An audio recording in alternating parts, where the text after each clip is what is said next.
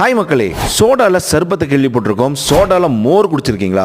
சும்மா குடிச்சிங்கன்னா நாட்டி நரம்புலாம் ஜிவ்வுன்னு ஏறி கிறங்கடிச்சு கீழே விழுந்துருவோன்னா பார்த்துக்கிங்களேன், அந்த அளவுக்கு இருக்கும் அந்த மோர்.